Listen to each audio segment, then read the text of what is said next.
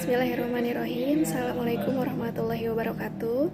Selamat sore semuanya, Bapak dosen dan teman-teman semua. Semoga kita semua selalu diberikan kesehatan dan selalu dalam lindungan Allah. Amin. Kami dari kelompok 1 yang terdiri dari saya sendiri, Vina, kemudian ada rekan saya, Saudari Dini, Saudari Wulan, Saudara Anjas, Saudara Hidir, dan Saudara David akan menyampaikan atau memberikan penjelasan tentang apa sih itu madhab ekonomi dalam Islam. Assalamualaikum warahmatullahi wabarakatuh. Nama saya Dini Putri Rosdiana. Saya akan membacakan slide kedua, yaitu tentang pengertian mazhab. Apa sih mazhab itu? Mazhab adalah istilah dari bahasa Arab yang berarti jalan yang dilewati atau jalan yang dilalui, sesuatu yang menjadi tujuan seseorang baik secara konkret maupun secara abstrak. Sesuatu dijadikan atau dikatakan mazhab bagi seseorang jika cara atau jalan tersebut menjadi ciri khasnya. Menurut para ahli dan para ulama, mazhab adalah metode manhaj atau yang dibentuk setelah melalui penelitian dan pemikiran.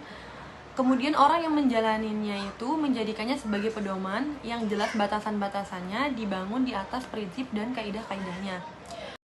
Mazhab Bakir Asad dari karyanya dalam aspek kehidupan ekonomi, yakni Iktisaduna melahirkan mazhab tersendiri. Menurut teori ekonomi, masalah ekonomi muncul karena adanya keinginan manusia yang tidak terbatas, sedangkan sumber daya alam yang terbatas. Mazhab Iktisaduna menolak hal ini karena dalam Islam tidak pernah dikenal adanya sumber daya yang terbatas. Sad berpendapat bahwa permasalahan ekonomi muncul dikarenakan oleh dua faktor. Pertama, karena perilaku manusia yang melakukan kezaliman, dan kedua, karena mengingkari nikmat Allah Subhanahu wa taala.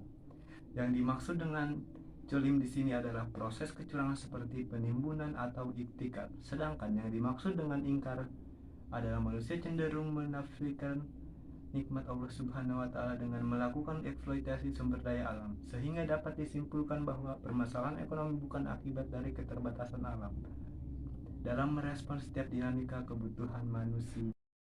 Yang kelima, mazhab Abu Ala al-Maududi. Beliau dilahirkan dalam keluarga yang religius. Ayahnya bernama Abu Hasan, seorang pengacara yang terkenal sebagai orang yang alim dan rajin beribadah. Mereka adalah sebuah keturunan sufi besar tarekat Kristia yang banyak berperan dalam menyebarkan Islam di India.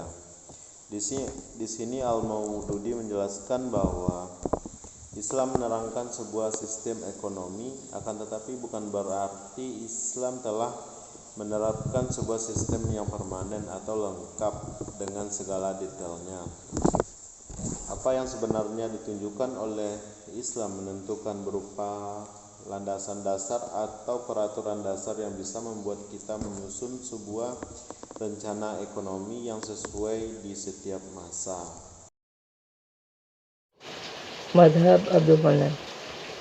Manan termasuk salah satu pemikir ekonomi Islam kontemporer yang cukup menonjol.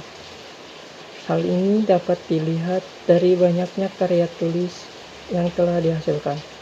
Salah satu karya tulisnya adalah Islamic Economic Theory and Practice yang terbit tahun 1970 dan telah diterjemahkan ke dalam berbagai bahasa seperti Turki, Arab, Bengali, Malaysia, termasuk bahasa Indonesia. Menurut Manan, ilmu ekonomi Islam merupakan ilmu pengetahuan sosial yang mempelajari masalah-masalah ekonomi rakyat yang diilhami oleh nilai-nilai Islam. Namun bukan berarti bahwa hal ini menyebabkan kaum muslimin dilarang mempelajari masalah-masalah ekonomi non-muslim. Sebaliknya, mereka tetap dituntut mempelajari dan mengilhaminya dengan nilai-nilai Islam, terutama yang berkaitan dengan kemanusiaan pada umumnya. Assalamualaikum warahmatullahi wabarakatuh. Saya Serulan Caningsi dari kelompok 1 akan menyampaikan kesimpulan dari banyaknya pendapat pemikiran ekonomi menurut 3 tokoh yang ada di atas, yaitu yang pertama, Mazhab Bakir As-Sadr berpendapat bahwa permasalahan ekonomi muncul dikarenakan oleh 2 faktor. Yang pertama, karena perilaku manusia yang melakukan kezaliman. Yang kedua, karena mengingkari nikmat Allah Subhanahu wa taala. Yang kedua, Mazhab Abu A'la Al-Maududi berpendapat bahwa dalam segala aspek kehidupan, mulai dari urusan pribadi sampai budaya dan masalah sosial, Islam menentukan landasan yang sama untuk pedoman manusia.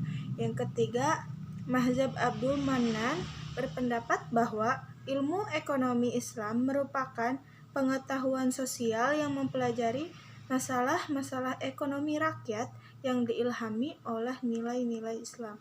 Terima kasih. Wassalamualaikum warahmatullahi wabarakatuh.